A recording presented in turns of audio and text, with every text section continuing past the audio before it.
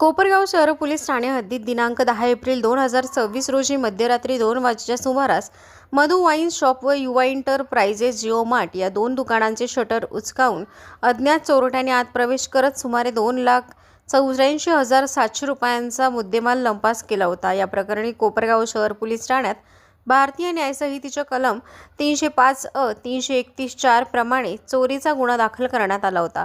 या गुन्ह्याचा तपास सुरू असताना घटनास्थळावर मिळालेल्या फिंगरप्रिंटच्या आधारे आरोपींची ओळख पटली असून सदर आरोपी हा राम निवास मंजू गुप्ता राहणार विठ्ठलवाडी रोड, कल्याण ईस्ट, रामनगर खाडे, गोलवली, मुंबई असल्याचे निष्पन्न झाले। त्यानंतर पोलिसांनी आरोपीला बीड येथून ताब्यात घेत दिनांक 7 मे रोजी सायंकाळी कोपरगाव शहर पोलीस ठाण्यात आणले। तपासादरम्यान पोलीस निरीक्षक रामकृष्ण कुंभार, सहाय्यक पोलीस निरीक्षक दीपक रोठे, संदीप सोन्ने व त्यांच्या पथकाने आरोपीस घटनास्थळी नेऊन स्थळ पाहणी केली तसेच गुन्ह्याबाबतची माहिती जाणून घेतली। दरम्यान आरोपीस माननीय न्यायालयाने 3 दिवसाची पोलीस कोठडी सुनावली असून पुढील तपास कोपरगाव शहर पोलीस ठाण्याकडून सुरू आहे।